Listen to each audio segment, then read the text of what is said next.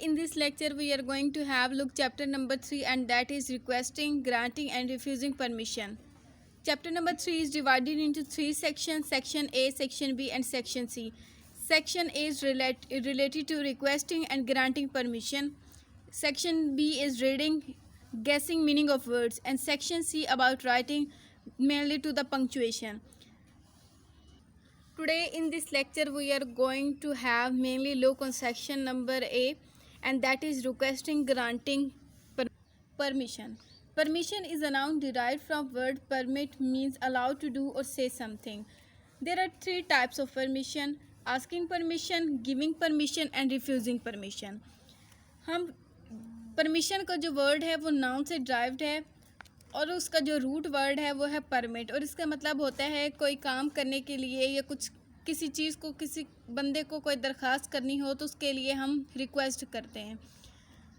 Permission के 3 types हैं: asking permission, giving permission and refusing permission. In our daily life, when we want someone to do something, we make requests. When we make requests to people who are elder to us or senior in position, we are formal and more polite as compared to when we request someone who is younger to us or junior. In this unit, we shall be looking at some formal as well as informal expression for requesting and granting permission. Let us first of all read to this dialogue, which is between a father and son. This son wants to go to a picnic to Ahmedabad with his friend. He is requesting his father to give him permission.